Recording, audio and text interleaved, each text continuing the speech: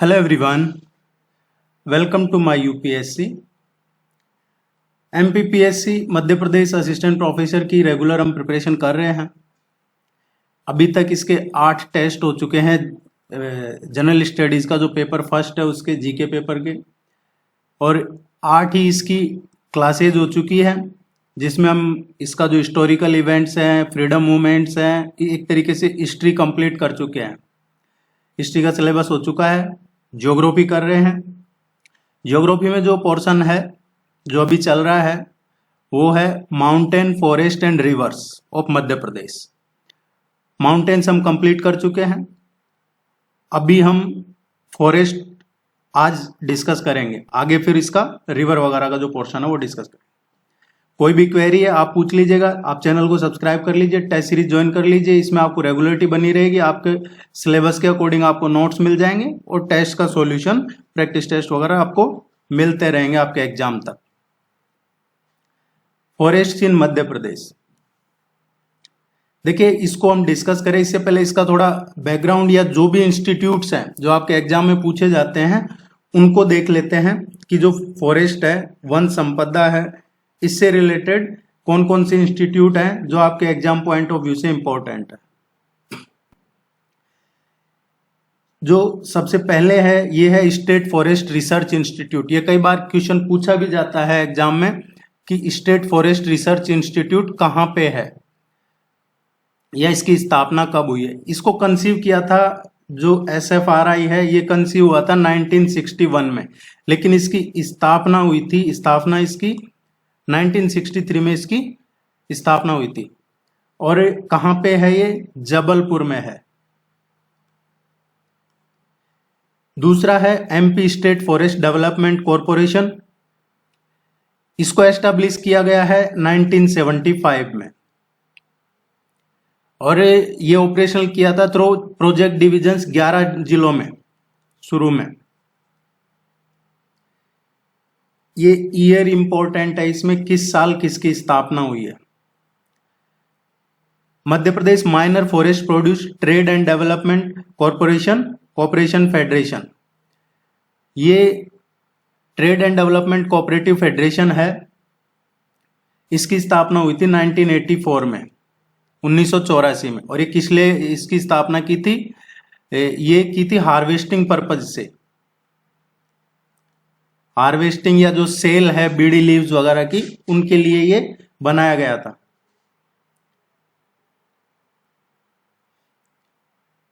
ये आप जरूर, इनको इंपॉर्टेंट है सारे, इनको मिस नहीं करना आपको। MP eco tourism development forest development board, ये कॉन्स्टिट्यूट किया है 2005 में। MP बंबू मिशन है, ये एस्टैब्लिश किया, इसकी स्थापना 2013 में हुई थी। प्रोडक्शन बढ़ाने के लिए या जो प्रोड्यूसर्स को इसमें इन्वॉल्व किया जाए और फिर कैपेसिटी बिल्डिंग की जाए, इसलिए बंबू मिशन शुरू किया गया था 2013 में। अब बाद में इसमें ITB इसमें यूज की जाने लगी है, इंफॉर्मेशन एंड कम्युनिकेशन टेक्नोलॉजी का भी यूज हुआ। अब ये कब हुआ, ये क्वेश्चन सबसे इंपॉर्टेंट है। जो फॉरेस्ट है इसमें IT शुरू हुई है, ये एक रिमार्केबल ब्रेक थ्रो था। जो 11वां फाइनेंशियल ईयर का प्लान था, 11 जो 5 ईयर प्लान है, 11वीं पंचवर्षीय योजना जो थी, उसमें IT को इसमें लाया गया फॉरेस्ट के लिए। ये एक वेब बेस्ड एप्लीकेशन था जिसमें सॉफ्टवेयर से ट्रैक किया जाने लगा था। जो वाइल्ड लाइफ मूवमेंट्स हैं उनको ट्रैक करने के लिए IT का यूज किया जाने लगा था। तो सबसे पहले IT का कब किया? जो 11वीं 5 ईयर प्लान है, 11वीं पंचवर्षीय योजना, और ये कब थी 11वीं? 2007 से और 12।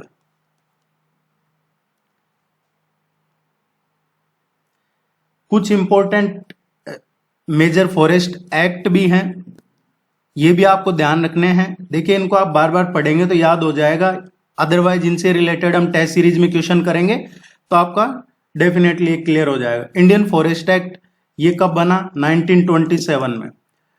वाइल्ड लाइफ प्रोटेक्शन एक्ट है 1972 का। एनवायरमेंटल प्रोटेक्शन एक्ट ये 1986 का है। देखिए ये दो जो एक्ट हैं ये मोस्टली सभी एग्जाम्स में पूछे जाते हैं, चाहे स्टेट पीएससी एग्जाम हो या अदर एग्जाम्स हो, सभी में ये क्वेश्चन पूछे जाते हैं, इनमें कंफ्यूज नहीं होना आपको। एनवायरमेंट प्रोटेक्शन एक्ट 1986 का है और जो वाइल्ड लाइफ प्रोटेक्शन एक्ट है 1972 का है। फॉरेस्ट कंजर्वेशन एक्ट है ये 1980 का है। बायोलॉजिकल डाइवर्सिटी एक्ट है ये 2002 का है, ये भी इंपॉर्टेंट है। फॉरेस्ट राइट्स एक्ट है ये 2006 का है। ये सभी बहुत इंपॉर्टेंट है, इनमें से एक क्वेश्चन पूछा जाता है लगभग सभी एग्जाम्स में जनरल स्टडीज के पेपर में, तो आप इनको जरूर याद कीजिएगा। आने वाले टाइम पे इन पे हम सफिशिएंट क्वेश्चंस कर लेंगे ताकि आपको याद रहे। अब देखिए क्लासिफिकेशन, फॉरेस्ट का क्लासिफिकेशन किया गया है, तो एक किया है ज्योग्राफिकल बेसिस पे।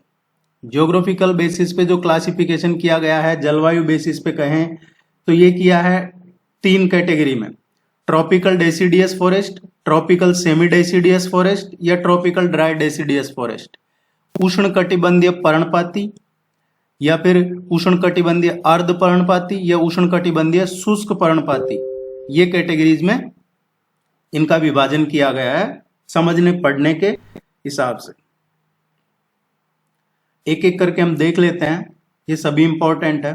जो ट्रॉपिकल डेसिडियस फॉरेस्ट है जिसको उष्ण कटिबंधीय पर्णपाती वन कहा जाता है, ये सबसे ज्यादा मात्रा में पाए जाते हैं। सबसे ज्यादा मात्रा में कौन से वन पाए जाते हैं? Tropical deciduous forest.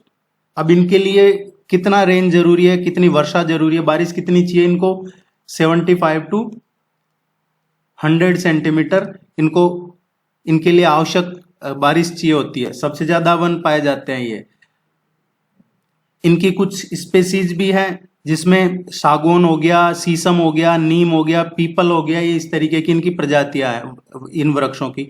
अब ये किस एरिया में पाए जाते हैं? होशंगाबाद, बेतल, सागर या जो छिंदवाड़ा है इनमें ये पाए जाते हैं। सिवनी हो गया, दामोह हो गया, ये रीजन्स में पाए जाते हैं ये। तो ये जो छिंदवाड़ा, दामोह, सागर, बेतल के बाद होशंगाबाद, ये कुछ इंपॉर्टेंट डिस्ट्रिक्ट्स हैं जहां पे इस तरीके के वन पाए जाते हैं। और जो मेजर ट्री है इस तरीके के फॉरेस्ट में, कौन से मेजर ट्री पाए जाते हैं? टीक हो गया, शीशम, नीम, पीपल, ये इस तरीके के फॉरेस्ट में पाए जाते हैं। तो आपको ये डिस्ट्रिक्ट्स के नेम और ये कितनी बारिश वगैरह ये ध्यान रखना है। सेकेंड है ट्रॉपिकल सेमी डेसिडियस फॉरेस्ट, जिसको उष्ण कटिबंधीय अर्ध पर्णपाती कहा जाता है।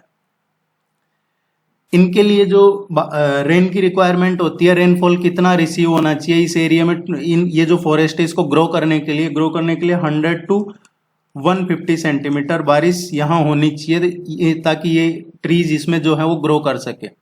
मेजरली जो इस तरीके के वन है ट्रॉपिकल सेमी डेसिडियस फॉरेस्ट वो पाए जाते हैं सिद्धि हो गया, मांडला हो गया, बालाघाट है, सिवनी है या फिर साडोल है। ये इसका पीडीएफ अगर आपको टेस्ट सीरीज ज्वाइन कर रखा है तो मिल जाता है, तो ये डिटेल पूरा मिल जाएगा आपको। जो मेजर ट्री इस फॉरेस्ट में पाए जाते हैं वो पीपल है, शीशम है, साल है और बम्बू है।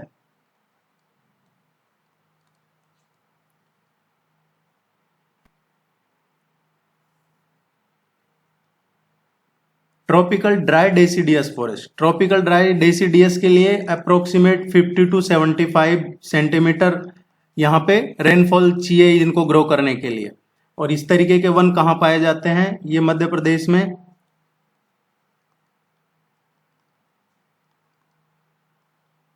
रतलाम, टीकमगढ़ हो गया, ग्वालियर है, इन जिलों में ये इस तरीके के वन पाए जाते हैं। तो ये इंपॉर्टेंट है डिस्ट्रिक्ट्स और कितनी रेन किसको चाहिए। अब अगर हम एडमिनिस्ट्रेटिव कंट्रोल की बात करें, प्रशासनिक लेवल पे इनको कितने कैटेगरीज में डिवाइड कर रखा है, तो प्रशासन के आधार पे भी इनको 3 कैटेगरी में डिवाइड कर रखा है। और वो 3 कैटेगरी कौन सी है? एक तो आरक्षित वन हो गए, रिजर्व फॉरेस्ट। दूसरा प्रोटेक्टेड फॉरेस्ट है, जो संरक्षित वन है। अनप्रोटेक्टेड कहिए या अनक्लासिफाइड कहिए, असुरक्षित या अवर्गीकृत वन, ये 3 कैटेगरी है। अब देखिए एक एक करके हम इनको देख लेते हैं। रिजर्व फॉरेस्ट की बात है, तो जो रिजर्व फॉरेस्ट है, रिजर्व फॉरेस्ट लगभग 65% रिजर्व फॉरेस्ट है मध्य प्रदेश में।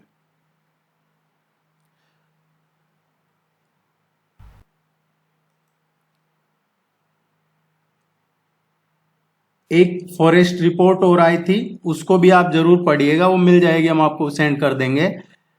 लगभग 65% रिजर्व फॉरेस्ट है। जो फॉरेस्ट रिपोर्ट आई थी, India state of forest report 2021, उसके अकॉर्डिंग मध्य प्रदेश में जो आरक्षित वन है, रिजर्व फॉरेस्ट है, वो 65% के अप्रोक्स है। एग्जैक्ट 65.36% है।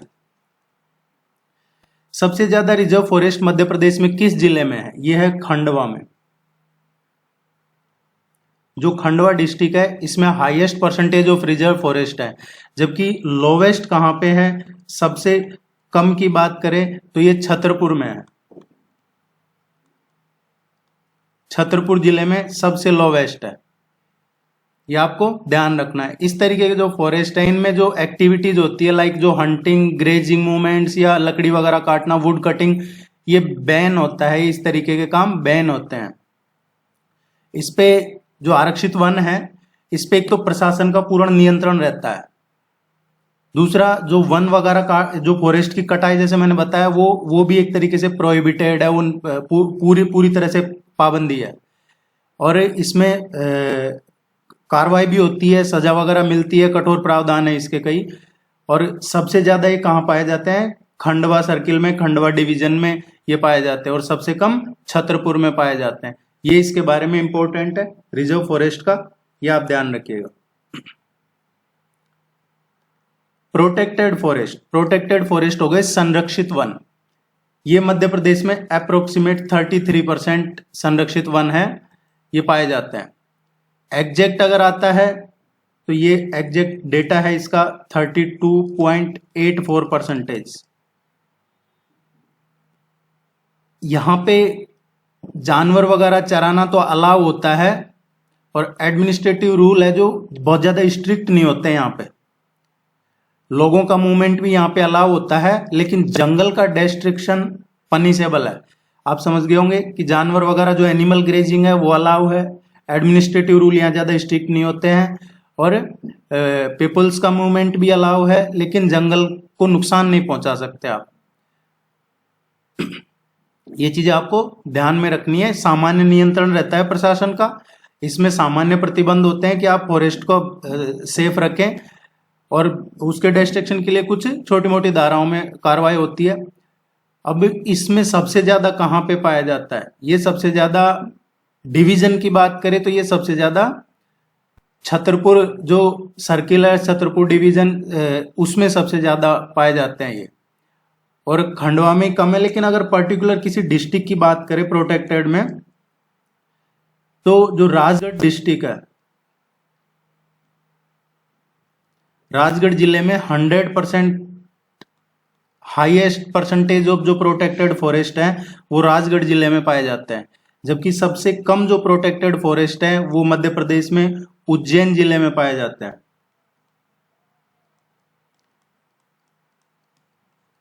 ये दो इंपॉर्टेंट चीजें आपको ध्यान रखनी है, राजगढ़ और उज्जैन संरक्षित वन प्रोटेक्टेड फॉरेस्ट।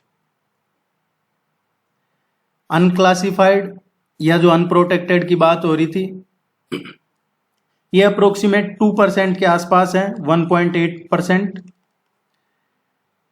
और इसमें है जो आप जो ग्रेजिंग वगैरह भी अलाउ होता है एनिमल्स का, आप यहाँ पे ट्री कटिंग वगैरह भी कर सकते हैं। और एडमिनिस्ट्रेशन का जो कंट्रोल होता है वो बहुत कम लेजर रहता है, इनमें ज़्यादा एडमिनिस्ट्रेटिव कंट्रोल रहता नहीं है, कोई नियंत्रण नहीं रहता है, ना कोई प्रतिबंध होता है, ना ही इसमें कोई सजा वगैरह का कोई प्रावधान रहता है इसमें।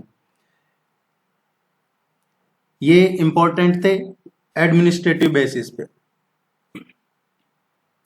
अब देखिए प्रजातियों के आधार पे भी, प्रजातियों के आधार पे भी इसका डिवीजन किया गया है।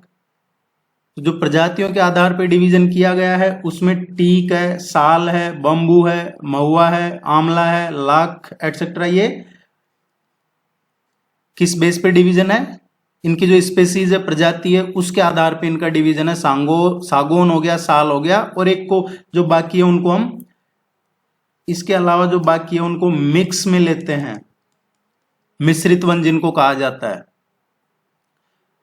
जो सागौन है, सागौन के ही अकेले मध्य प्रदेश में लगभग 20% सागौन प्रजाति के हैं, जबकि जो साल है उसके लगभग 4% के आसपास है। एंड जो मिक्सचर हो गया वो रिमेनिंग अप्रोक्सीमेट 60% के आसपास ये है। और ओपन एरिया हो जाता है फिर इसमें अराउंड 50 to 17% ओपन एरिया रहता है। एक एक करके हम इनको पढ़ते हैं।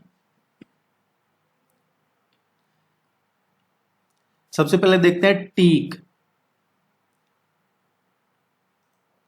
टीक है, इसका जो बॉटनिकल नेम है, वानस्पतिक नेम, जो वनस्पतिक नाम है, ये कई बार पूछ लिया जाता है। इसका वनस्पतिक नेम है टेक्टोना ग्रांडिस, ये आपको याद होना चाहिए।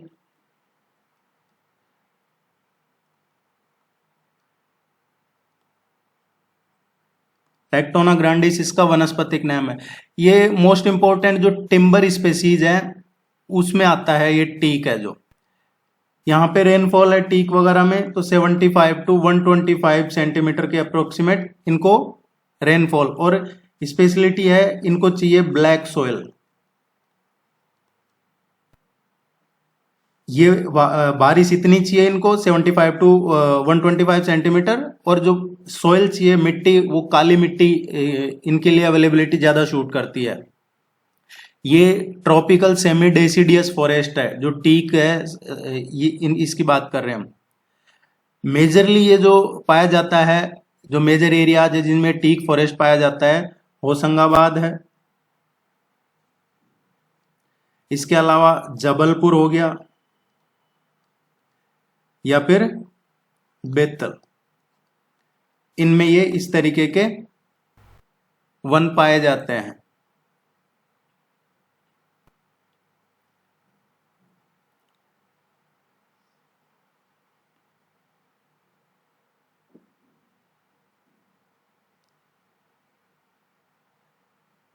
नेक्स्ट देखते हैं।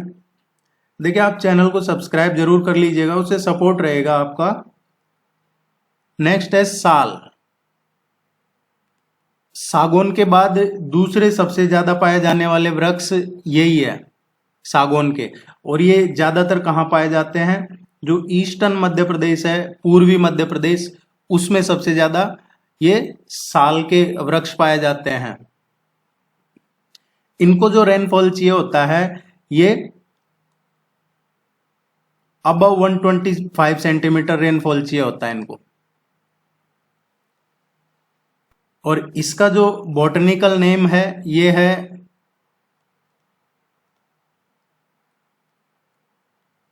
रोबस्टा।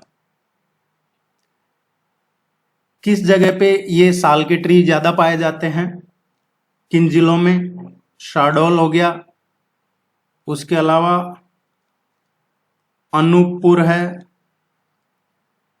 या फिर बालाघाट है, यहां पे इस तरीके के ज्यादा पाए जाते हैं। ये डिस्ट्रीब्यूटेड फॉरेस्ट है जो पंचमढ़ी, होशंगाबाद या छिंदवाड़ा तक भी है, वहां पे भी है ये।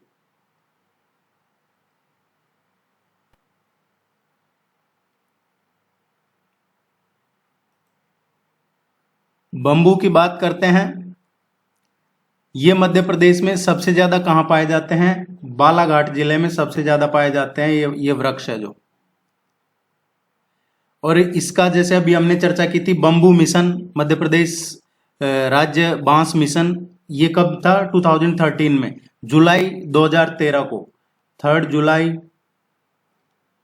2013 इसका गठन किया गया था, मध्य प्रदेश जो राज्य बांस मिशन है।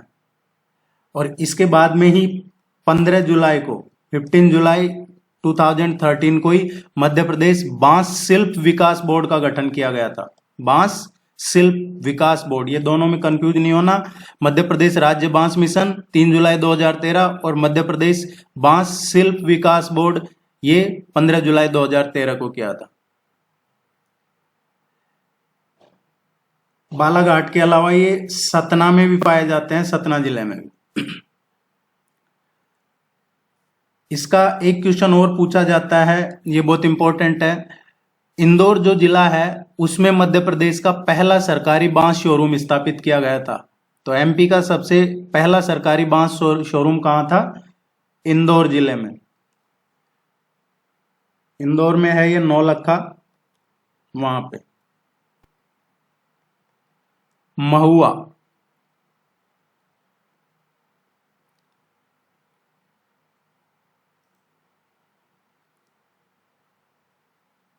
ये ज्यादातर सेंट्रल इंडिया में है और पर्टिकुलरली मध्य प्रदेश में काफी पाए जाते हैं।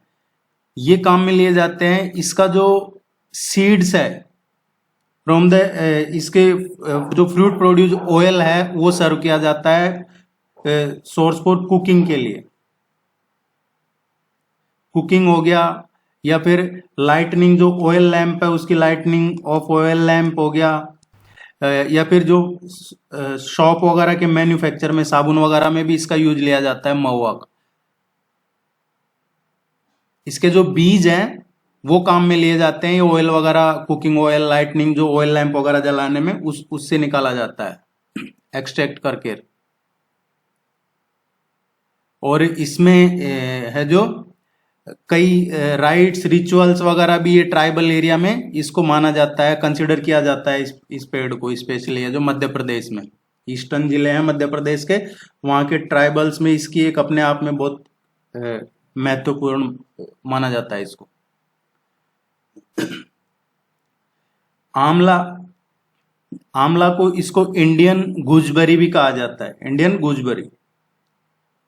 ये बहुत इंपॉर्टेंट क्रॉप है मध्य प्रदेश में, और ये सबसे रिचेस्ट सोर्स है, या one of the richest source है किसका?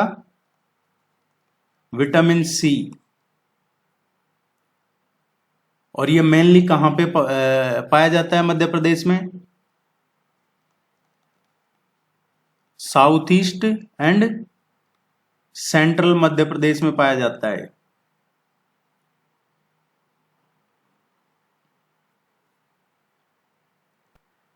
टेंडुलीफ है, ये भी एक इंपॉर्टेंट फॉरेस्ट है।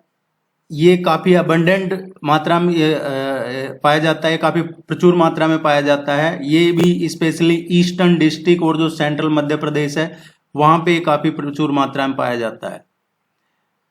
ये जो बीड़ी वगैरह बनाते हैं, बीड़ी, उसके मैन्युफैक्चरिंग में ये काम आता है। ये जो टेंडुलीफ है, ये मध्य प्रदेश पहला ऐसा राज्य है जिसने नेशनलाइज किया इनको, टेंडुलीफ को। और मेजर एरियाज कौन कौन से हैं जहां पे पाया जाता है? सबसे ज्यादा ये सागर जिला है मध्य प्रदेश का, वहां पे पाया जाता है ये। उसके अलावा सिद्धि हो गया, देन जबलपुर है, रीवा है, यहाँ पे ये काफी पाया जाता है। तो ये ध्यान रखिएगा जिलों के नाम, और ये बीड़ी बनाने में इसका यूज किया जाता है। और मध्य प्रदेश पहला है जिसने इसको नेशनलाइज किया है। गम, जिसको गोंद बोलते हैं,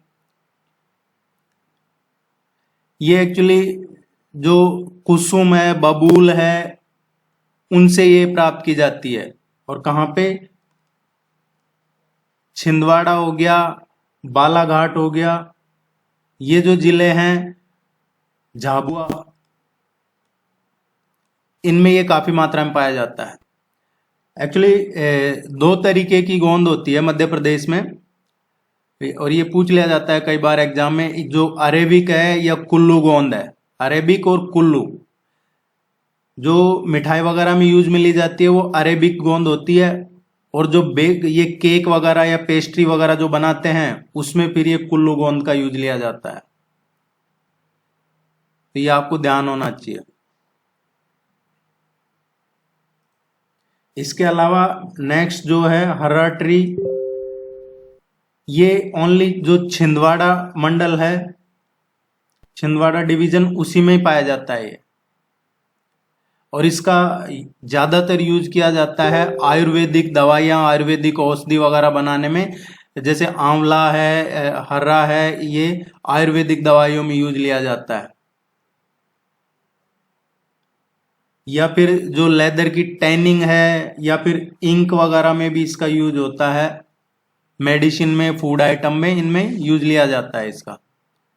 छिंदवाड़ा में है ये। इसके अलावा कुछ जबलपुर में भी है इसका,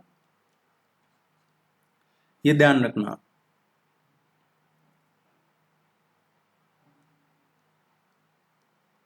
ये एक्सट्रैक्ट किया जाता है जो पलास है, पलास कहें या बेरी कहें, या फिर जो अरहर प्लांट है उनसे इसको एक्सट्रैक्ट किया जाता है। और ये भी किस में यूज लिया जाता है, लाख। आपने सुना होगा लाख की चूड़ियां वगैरह, जो बैंगल्स हैं, बैंगल्स हो गए, उनमें ये लाख यूज लिया जाता है। इसको एक्सट्रैक्ट किया जाता है पलास, बेरी, अरहर, घोटू, ये जो पेड़ है इनसे। ये बैंगल्स के अलावा ये टॉयज बनाने में भी इसका यूज होता है, कॉस्मेटिक्स में, कॉस्मेटिक्स में या फिर केमिकल्स वगैरह में भी इसका यूज लिया जाता है।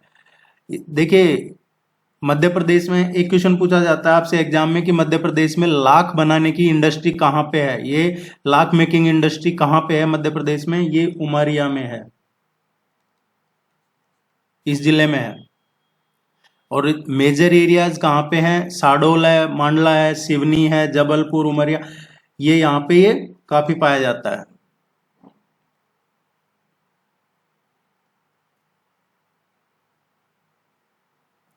खैरवुड, खैरवुड है, ये डेसिडियस और थोर्नी टाइप का ट्री है।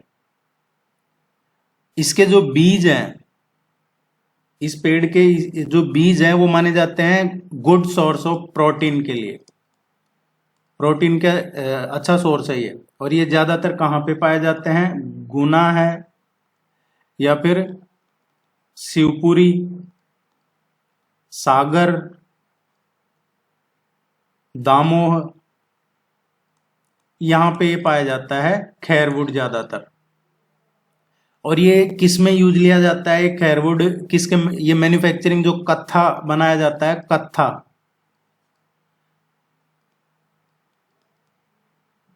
कत्था बनाने में इसका यूज लिया जाता है। मेडिसिन में, पेंट है, या फिर जो लेदर की टैनिंग वगैरह में भी इसका यूज लिया जाता है। नेक्स्ट है बिलावा। ये एक्चुअली टाइप ऑफ फ्रूट है और इसको मेडिसिन में, इंक में, इसमें यूज लिया जाता है। और ये मेनली है जो ईस्टर्न जो डिस्ट्रिक्ट है मध्य प्रदेश के, वहां पाया जाता है, और स्पेशली छिंदवाड़ा।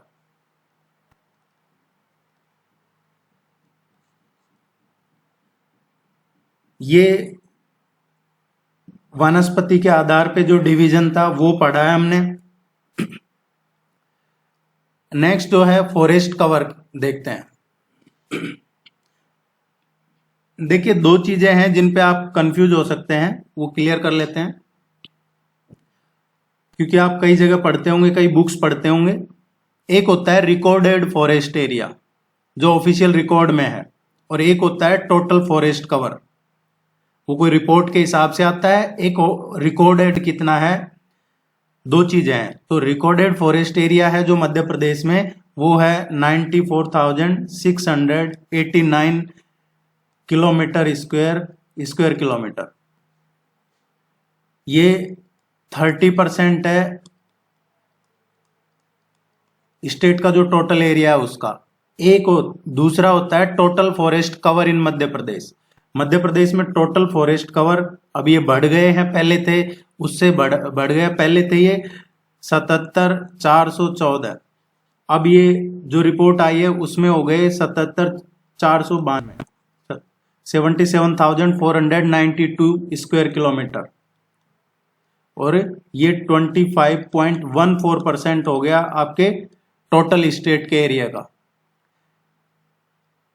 फॉरेस्ट कवर जो मध्य प्रदेश का है और फॉरेस्ट कवर इंडिया का वो है 10.66%। कितना इंक्रीज हुआ है? लगभग 11 स्क्वायर किलोमीटर है, जो ये नई रिपोर्ट के हिसाब से 11 स्क्वायर किलोमीटर का एरिया मध्य प्रदेश में फॉरेस्ट एरिया बढ़ा है पहले के कंपैरिजन में। तो ये कुछ डेटा है जो आपको ध्यान में रखने हैं, इनमें ज्यादा कंफ्यूज नहीं होना। आगे जो टेस्ट करवाएंगे क्वेश्चंस, उनमें ये आपको अच्छे से क्लियर और करवा देंगे, क्योंकि अभी आप कंफ्यूज हो जाओगे, इसलिए ज्यादा डेटा मैं नहीं रख रहा आपके सामने। टेस्ट में आपको वो जब करवाएंगे तो वहां आपको अच्छे से क्लियर हो जाएगा। इसके अलावा देखो एक चीज और जो रह गई है इसमें फॉरेस्ट कवर में एक और क्वेश्चन पूछा जाता है यहां से आपसे डिस्ट्रिक्ट्स का, कि सबसे ज्यादा फॉरेस्ट किस जिले में है, फॉरेस्ट कवर सबसे ज्यादा किस जिले में है। सबसे ज्यादा हाईएस्ट की बात करते हैं वो है बालाघाट में, पहले नंबर पे। दूसरे पे टॉप 3 की बात करते हैं, दूसरे पे है छिंदवाड़ा, एंड तीसरे पे टॉप 3 डिस्ट्रिक्ट हैं तो तीसरे पे ये बैतूल। ये टॉप 3 है जहां हाईएस्ट फॉरेस्ट कवर है मध्य प्रदेश में, ये 3 जिले हैं। अब मिनिमम की बात करते हैं, लोवेस्ट फॉरेस्ट कवर किन जिलों में है, तो सबसे कम है उज्जैन में, लोवेस्ट की बात कर रहे हैं। उसके बाद में सेकंड नंबर पे है जो शाजापुर है उसमें, एंड थर्ड लोवेस्ट में आता है रतलाम। ये यहां पे लोवेस्ट है और ये हाईएस्ट फॉरेस्ट कवर है। ये जिलों के नाम जरूर ध्यान रखिएगा, ये डिस्ट्रिक्ट्स पूछ लिए जाते हैं। Forest belt in Madhya Pradesh. Forest belt देखिए, एक मध्य भारत बेल्ट है,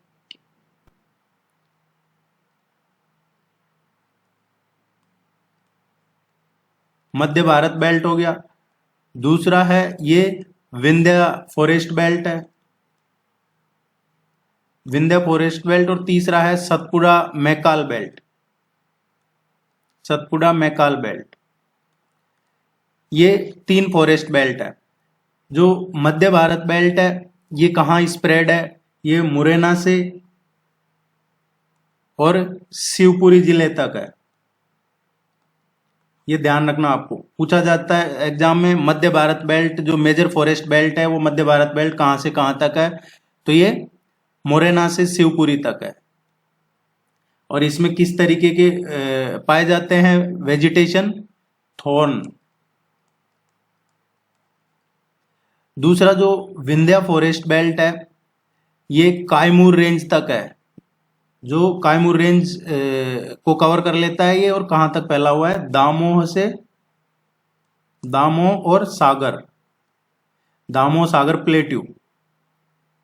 और ये बहुत रेयर टाइप के फॉरेस्ट है जो बहुत रेयर पाए जाते हैं। ये बेल्ट कवर करता है कायमूर रेंज को, और कायमूर रेंज कहाँ स्प्रेड है, ये दामोह सागर जो प्लेट्यू है। तीसरा जो सतपुड़ा मैकाल बेल्ट है ये ईस्ट से वेस्ट तक है, पूर्व से पश्चिम तक है मध्य प्रदेश में ये। और नर्मदा रिवर के जो दक्षिणी साइड है वहां तक फैला हुआ है ये। इसमें Satpura Maikal range, hilly area जो है, हाईलैंड एरिया जो बागेलखंड रीजन है वो भी इसी में आ जाता है। East to west, south of southern side of Narmada river and Satpura Maikal और हिली एरिया आ जाता है, जो हाईलैंड्स ऑफ बागेलखंड रीजन है। जो बागेलखंड रीजन है उसका हिली आइलैंड एरिया भी इसमें आ जाता है। कुछ यहां से और एक दो इंपॉर्टेंट कॉरिडोर हैं जिनका पूछ लिया जाता है। तो एक है कान्हा टू नावेगांव नागजीरा तडोबा इंद्रावती कॉरिडोर, ये आपको ध्यान रखना है। कान्हा टू इंद्रावती कॉरिडोर है ये, और ये हाईएस्ट एरिया है जिसमें वेरी डेंस फॉरेस्ट पाए जाते हैं। दूसरा कान्हा से, और ये नवेगांव नागजीरा और तडोबा इंद्रावती टाइगर कॉरिडोर है, और ये कहां से पास हो रहा है? मध्य प्रदेश, छत्तीसगढ़, महाराष्ट्र से पास होता है। ये जो कान्हा टाइगर रिजर्व है ये हाईएस्ट नंबर ऑफ वेटलैंड है कान्हा टाइगर रिजर्व में। और इसके अलावा एक और जो पूछ लिया जाता है यहां से कई बार, Ranthambore Kuno Shivpuri Madhav tiger corridor. Ranthambore Kuno Shivpuri Madhav tiger corridor है, इसमें राजस्थान, इसके अलावा मध्य प्रदेश ये आता है, क्योंकि रणथंभौर राजस्थान में है, कूनो शिवपुरी ये मध्य प्रदेश में है। तो ये था आपका फॉरेस्ट। अब इसके बाद में जो हम पढ़ेंगे वो पढ़ेंगे national park and wild life sanctuaries, और फिर ये टॉपिक आपका क्लियर हो जाएगा ज्योग्राफी का। देन रिवर्स पढ़ेंगे। आप यहाँ तक आए हैं, सब्सक्राइब जरूर कीजिए। टेस्ट सीरीज का लिंक नीचे डिस्क्रिप्शन में मिल जाएगा, आप ज्वाइन कर लीजिए। हिंदी और इंग्लिश दोनों में अवेलेबल है test series. Thank you very much, all the very best, good luck.